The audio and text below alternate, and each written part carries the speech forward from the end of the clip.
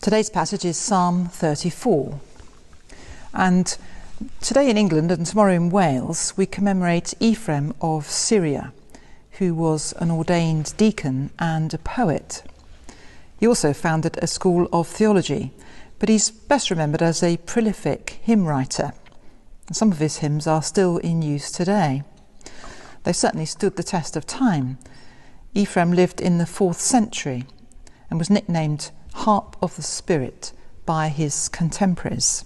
He died on this day in Edessa in 373 whilst ministering to victims of the plague. Of course, Ephraim wrote in Syriac, so the poetry is rather lost in translation.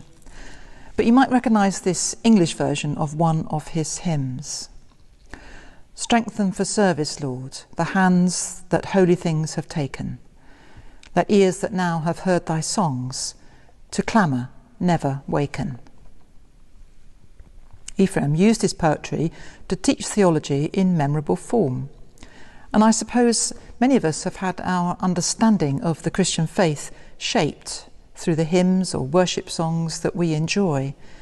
The poetry and music help us commit them to memory. I'm sometimes surprised at what swims up from my subconscious.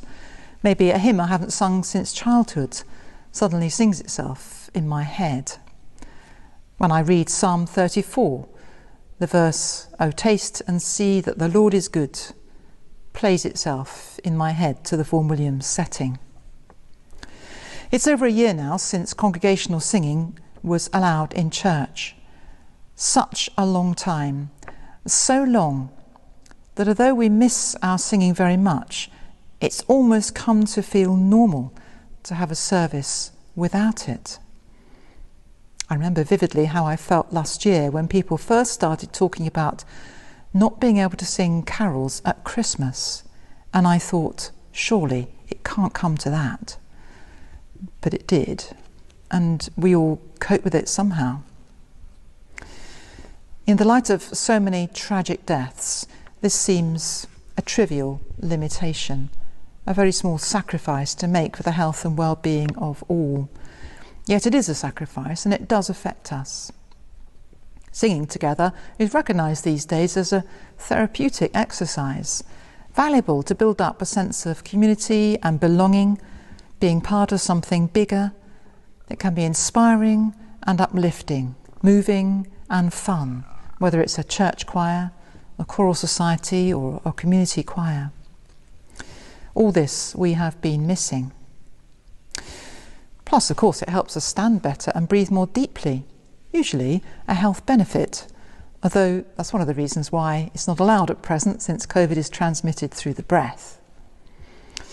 It will be wonderful when singing returns. But in the meantime, I hope you enjoy singing along at home to online services, or maybe looking up your favourite hymns and reading the words, praying them through, perhaps paying a bit more attention than usual to the actual words. Here's one more verse from Ephraim. Truth and love are wings that cannot be separated. For truth without love is unable to fly. So too, love without truth is unable to soar up. Their yoke is one harmony.